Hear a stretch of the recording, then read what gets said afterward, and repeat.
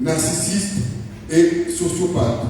Une approche clinique aux sources de violences culturelles, du roi Wamba Nzinga à la France-Afrique. Et dernier ouvrage, Aliénation. Donc, comme je disais, Papa Tsingani va nous présenter les impacts neurocognitifs et du Mandongbe dans l'éducation. Nous appelons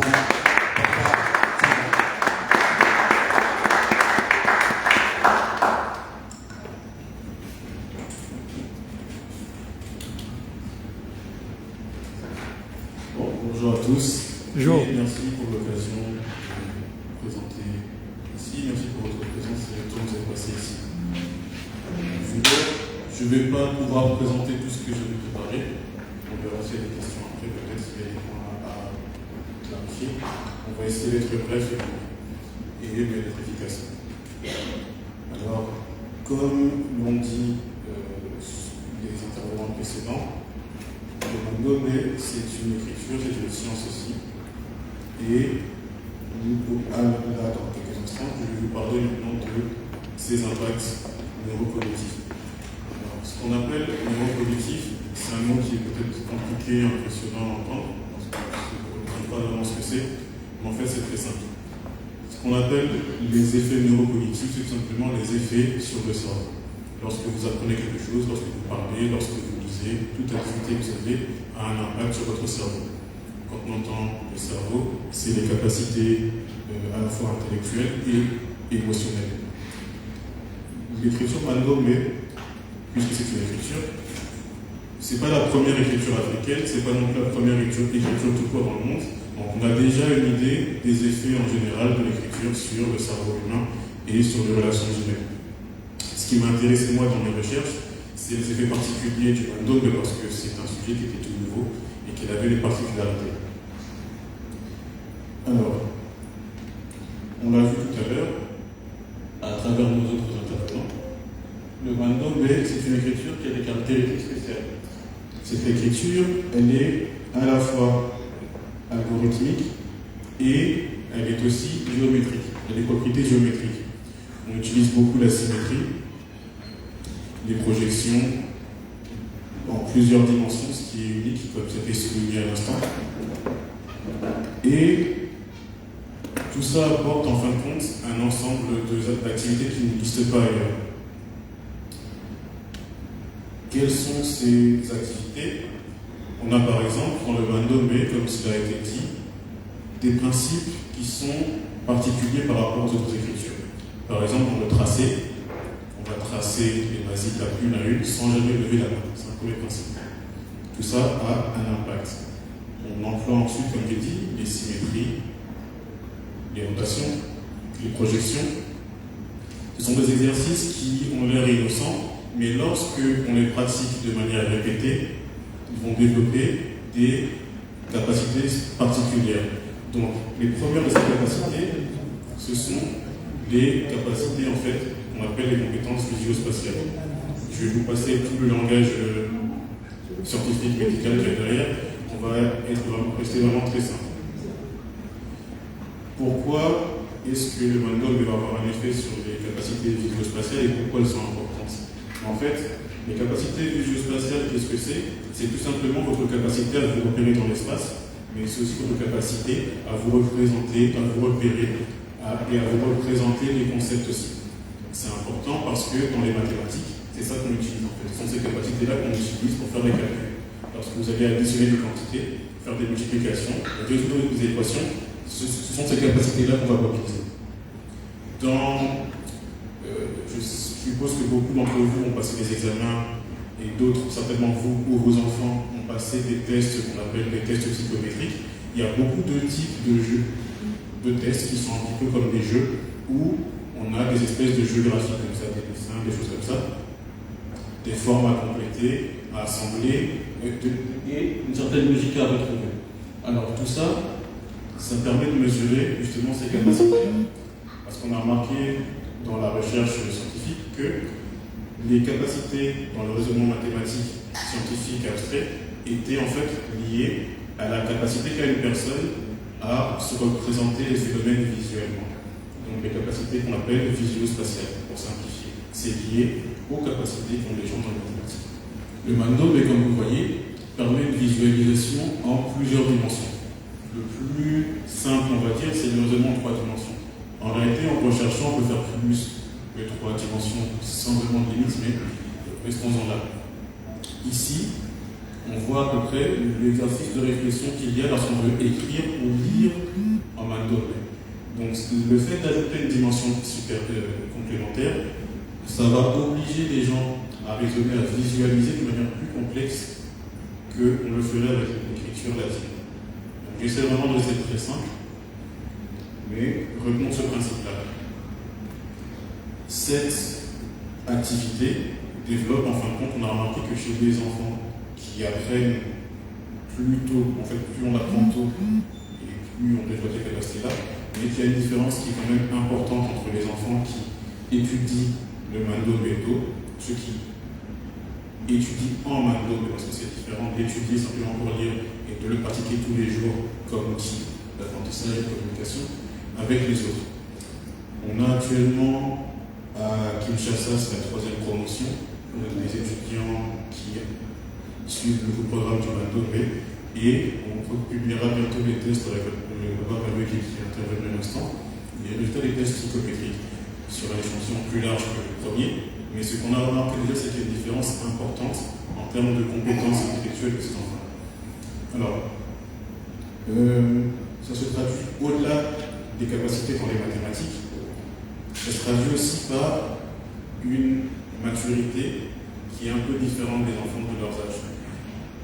Pourquoi? Parce que ce type d'exercice d'écriture va forcer, comme vous le voyez lorsque vous lisez, vous avez besoin de faire attention aux détails. Lorsque vous allez tracer, lorsque vous allez déchiffrer, vous allez faire beaucoup plus attention aux détails que lorsque vous utilisez par exemple l'alphabet latin, où en réalité vous n'avez que mémoriser les formes et les sons. Dans l'alphabet latin, on mémorise juste les voyelles, les syllabes et c'est fini. En Mandombe, on doit faire un effort à comment sont positionnés les signes les uns par rapport aux autres. On doit faire attention au temps, à la géométrie, et ainsi de suite. Donc tout ça donne une activité intellectuelle plus intense au niveau du détail. Cet exercice-là, reproduit régulièrement dans la pratique, développe en fin de compte, lorsqu'une personne est très habituée à observer, elle devient très observatrice tout simplement. Ce n'est pas un mystère, c'est quelque chose de logique. Donc lorsque vous enseignez à un enfant de cette manière-là, l'enfant développe des compétences. Tout à l'heure, on parlait de compétences visuospatiales, mais il y a aussi des compétences d'analyse critique. Puisque plus vous êtes capable d'entrer dans le détail, plus vous êtes capable de comprendre aussi les caractéristiques, de mieux analyser les objets ou les concepts qu'on vous explique. Donc ça, c'est un autre effet. Il y a un autre effet dans l'intelligence qu'on appelle l'intelligence émotionnelle. L'intelligence émotionnelle, c'est quelque chose d'assez complexe, c'est un concept qui n'est pas nouveau, mais auquel on commence à donner de l'importance. C'est les compétences, c'est la base des compétences sociales. C'est la capacité à comprendre les gens qui nous entourent, les personnes, les émotions, et se comprendre, se contrôler soi-même. Le fait d'avoir ce type d'exercice d'observation permet de reconnaître en fait très facilement les choses qui se répètent. On va simplifier comme ça, on ne va pas rentrer dans la terminologie trop complexe, mais en gros, lorsque vous avez plusieurs formes, tout à l'heure Papa Paul vous a montré la base à partir de la grille Condé, c'est la base en fait d'une multitude de motifs. Lorsque l'œil est entraîné, vous avez la facilité à reconnaître en fin de compte la clé d'où vient tel ou tel dessin. Ce n'est pas simplement le fait de reconnaître la forme à la fin. Ce qui est important dans l'exercice qu'on donne souvent à faire, c'est de savoir reconnaître d'où vient ce dessin. Cet exercice-là, lorsque vous allez transcrire cette compétence dans le monde réel, vous allez obtenir des gens qui sont capables, en observant les phénomènes de manière générale dans la nature, dans la société, de reconnaître aussi les principes fondamentaux de ces phénomènes-là. L'application qui est simple et qu'on retrouve souvent chez les enfants qui sont passés par là, c'est qu'ils sont plus sensibles que d'autres aux attitudes des gens, plus observateurs. Ils savent observer que tel tic, telle façon de parler, telle intonation, voici le sentiment qu'il y a probablement derrière. Donc il y a en fait tout un champ de recherche très intéressant là, mais que malheureusement on n'aura pas le temps d'explorer aujourd'hui. Mais c'est un effet en fait très important et très intéressant aussi de l'écriture de McDowell. Alors comment est-ce que tout ça se traduit dans ce qu'on a dans les effets neurocognitifs? Ce que je viens de vous expliquer sont des manifestations, c'est-à-dire des nouvelles fonctions qui se développent suite à la pratique du McDowell. Ces manifestations, elles reposent en fait sur des phénomènes biologiques. C'est-à-dire que la pratique du McDowell, la pratique régulière, va modifier votre cerveau et la façon dont il fonctionne. Ça s'appelle ce phénomène, enfin, un des phénomènes qui se trouve là-dedans, qui m'intéresse particulièrement, s'appelle la neuroplasticité. C'est la capacité du cerveau à s'adapter pour répondre ou faciliter certaines activités. Donc, là-dedans, ce qu'on a remarqué après aujourd'hui, 2007 à aujourd'hui, 17 ans, 18 ans de recherche bientôt, c'est que certaines aires du cerveau vont se développer un peu plus, c'est-à-dire elles ont une taille plus élevée. Certaines fonctions qui n'existent pas ailleurs vont se développer aussi.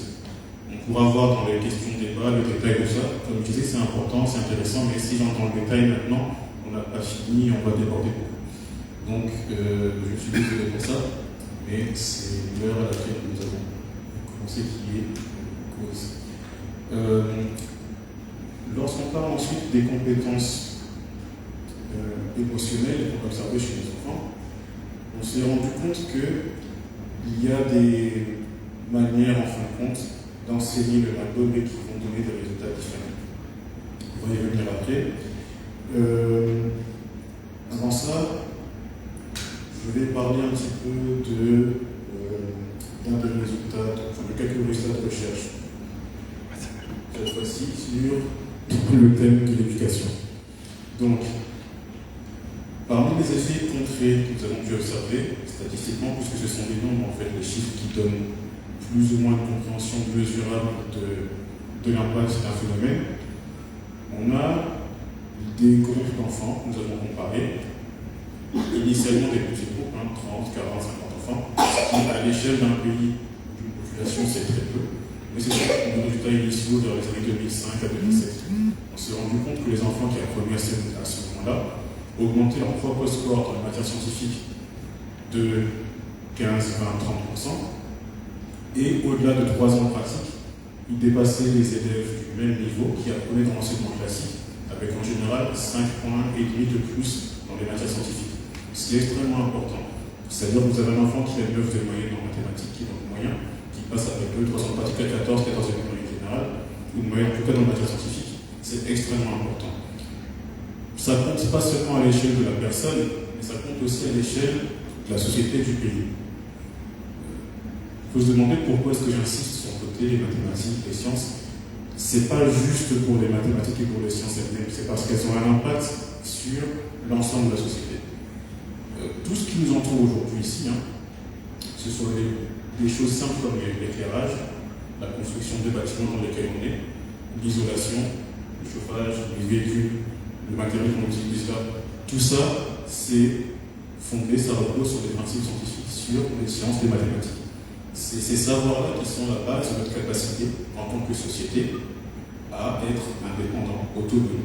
C'est-à-dire, ce sont ces compétences-là qui font que les générations d'aujourd'hui seront capables, dans quelques années, de ne plus dépendre d'importations de l'extérieur, de produits pas forcément adaptés, mais de produire par elles-mêmes des choses qui sont non seulement adaptées à leur milieu, mais qui peuvent être exportées aussi. On pourrait parler des brevets d'invention qu'il y a dans Papa Babeux qui a un petit peu parlé tout à l'heure, parce qu'on a des résultats intéressants aussi au niveau des étudiants qui, chaque année maintenant, produisent quelques œuvres intéressantes et qui peuvent être développées en produits commercialisables. Donc c'est un début. Donc tout ça pour dire que les effets du McDowell, ce qui est intéressant pour moi d'évoquer aujourd'hui, ce n'était pas uniquement l'aspect intellectuel pour la personne, c'est les impacts au niveau de la société. Parce qu'en fait, la société commence avec chacun d'entre nous. Lorsqu'une personne est pagaise, elle développe des compétences. Et qu'elle est capable de mettre ces compétences à profit d'abord à son échelle, ensuite à l'échelle de la société. C'est à partir de là qu'en fait on peut envisager un changement réel, palpable, dans 5 ans, 10 ans, 20 ans. Donc l'objectif qu'il y a ici pour nous tous, principalement autour du McDo, en fait il est beaucoup plus là. Parce qu'on a beaucoup parlé de l'écriture, l'aspect écriture culturelle qui est important, c'est extrêmement important. Parce que si tous les pays qu'on voit aujourd'hui, qu'on appelle développés, industrialisés, en sont où ils sont aujourd'hui, parce qu'il y a cet aspect culturel qui est très fort chez eux. Vous êtes partout où vous allez consommer la culture de ces peuples-là. Vous allez au McDo, c'est la culture que vous consommez. Vous allez au cinéma, c'est la culture que vous consommez. Les véhicules, c'est leur culture, c'est pas autre chose. Parce que vous prenez un véhicule qui est ici, il va consommer un certain type de carburant, il aura un certain type de couleur, il aura une certaine dimension qui correspond à la famille des gens qui produisent ces véhicules-là. Donc, tout ça, ce sont des aspects culturels. L'aspect culturel est extrêmement important. Et ça, cet aspect-là, combiné aux compétences, la capacité de réaliser, donc d'analyser, de comprendre, de transformer un besoin ou un problème, une solution palpable qu'on peut ensuite commercialiser, c'est en fait ce cheminement-là que le McDo devient complet. Parce qu'on ne manque pas d'écriture en Afrique, bien au contraire. L'Afrique est le berceau des écritures, c'est un thème sur lequel je travaille pendant des années aussi. L'Afrique a produit plus d'écritures que le reste du monde. Au travers des millénaires, on a des dizaines d'écritures, on n'a pas simplement plus d'écritures que le reste du monde, on a aussi les plus anciennes et plus variées. On a des écritures alphabétiques, des écritures syllabiques, des écritures logographiques, des écritures chorégraphique, donc c'est-à-dire qu'on mélange les couleurs pour produire des sons, on a une variété incroyable d'écritures. Le problème qui s'est posé là-dedans, c'est surtout dans comment ces écritures peuvent modeler ou contribuer à améliorer en fait la société et sa capacité de production. Et en fait, le McDo, c'est vraiment plus ça aujourd'hui, sa spécificité. Il y a l'aspect dont je parlais, qui est l'aspect neurocognitif, développe des compétences très particulières chez les enfants, et donc chez les adultes aussi bien sûr, mais le plus important, comme on dit, quand vous allez former un adulte, vous allez nourrir des familles. Et lorsque vous allez former des enfants, vous allez transformer la société. Donc aujourd'hui, notre population, notre continent a besoin d'être transformé profondément. On n'a pas juste besoin d'avoir des gens qui peuvent produire des choses aujourd'hui et qui seront limités dans le temps par leur capacité à produire, mais d'avoir des enfants qui auront, dans 10 ans, 15 ans, les capacités d'apporter un changement qui sera fondamental. Je ne dis pas pour aujourd'hui, pour vous qui êtes adultes, c'est trop tard, pas du tout, mais ce que je dis, c'est que l'impact que vos enfants, petits-enfants, auront dans 5 ans, 10 ans, sera beaucoup plus important que tout ce que nous pouvons faire aujourd'hui, quoi que ce soit. Donc, en quelques mots, c'était mon intervention. J'ai vraiment essayé d'être très court, d'aller à l'essentiel. Je sais que je suis passé en surface, mais comme le temps ne nous permet pas d'entrer en profondeur tout de suite, s'il y a des questions, ce sera avec plaisir que je répondrai, j'approfondirai. Merci beaucoup.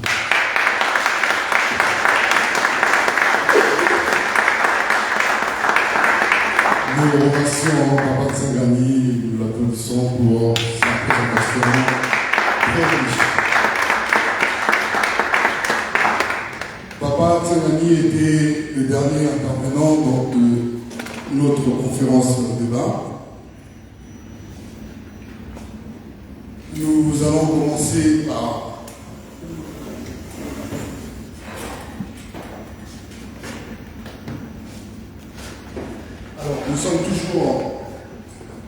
nous sommes toujours en liaison avec... Ah, il a coupé. Il a coupé.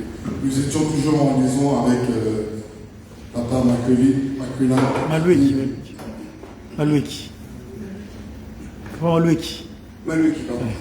Papa Malueki, qui vient donc d'occuper le Zoom, mais il sera en ligne avec lui au téléphone pour pouvoir répondre aux questions que vous allez poser. On avait commencé par Papa je vais reprendre. Papa, le révérend Maloudi Sébastien, qui nous a parlé du thème autour de Papa